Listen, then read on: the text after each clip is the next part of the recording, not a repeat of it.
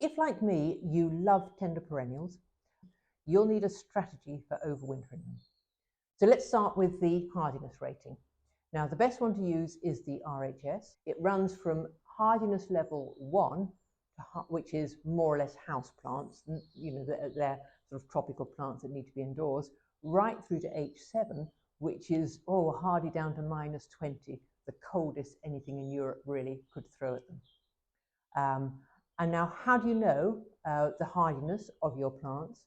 It's quite easy. I just Google the plant's name and follow it with RHS, and you'll get a page which has all their care requirements there. And in position, it'll have their hardiness rating. So these are two plants that are borderline hardy. They're H3. This is Talbagia violacea, and this is lemon verbena, Aloysia citrodora. Now, these are H3, so that tells me that they're only hardy down to about -5. And this is where your second resource comes into play, your maximum and minimum thermometer. And it must be a max-min one. An ordinary one won't do, because you need to know the minimum temperature in the middle of the night or just before dawn, so the coldest your area gets. So on a max and min thermometer, this will be, the middle one will be what the temperature is now. The bottom one will be the coldest it's got to since you last reset it. And the top one is the warmest it's got to since you last reset it. Now, I know where I live, this regularly gets down to -6, -7, sometimes -9. So I know that these two would not survive outside in my garden. Whereas my sister Elaine, who lives in Eastbourne, in a sort of coastal urban environment, I know she grows these outside all winter long. But my strategy for keeping them going is to plant them in pots, not in the ground, and in a pot size that I can bring in quite easily into a cold glass house. Now, an unheated glass house, just by the nature of the glass, will keep out about between 3 and 5 degrees of frost. So for me, that would probably do it. And also in the glass house or the greenhouse, they would be kept dry, because a plant's vulnerability to frost increases if they're sitting in wet soil. If you can keep them dry, that helps them be more resilient to the frost. And you could even wrap their bases in a bit of bubble wrap. And if there was a really vicious frost forecast, perhaps light a candle in there just on those 1 or 2 nights. Now, dahlias, now they're H3 as well. And again, if you didn't get really penetrating frost, you could leave them in the ground and cover them in mulch. But if you know you're in too cold an area, again, they're lifted and they can be stored dormant in an unheated room in your house.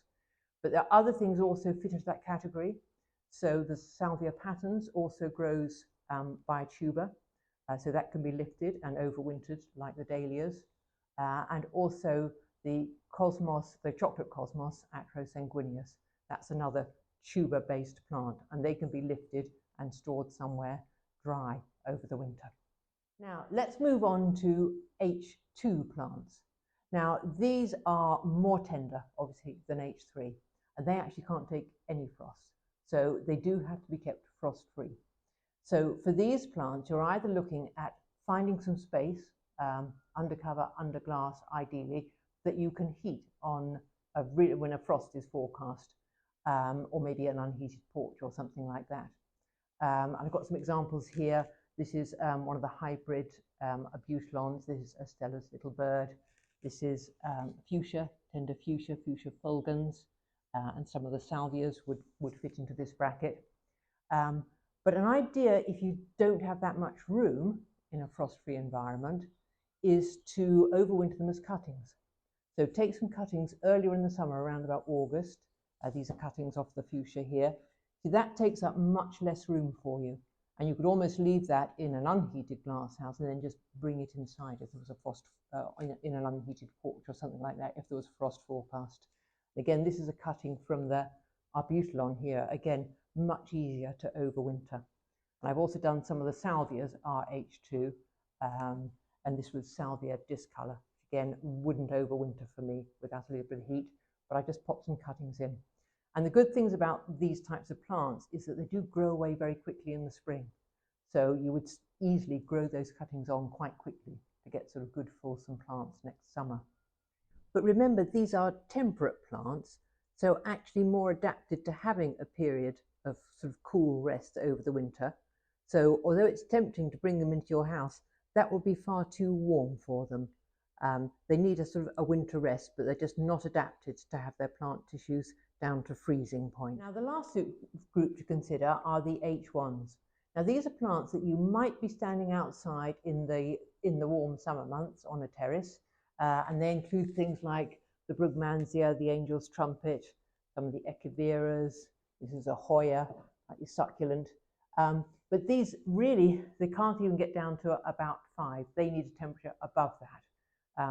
But the good thing about them is that this is a group of plants, they're bordering on subtropical, bordering on tropical, and they'll be quite happy in your house.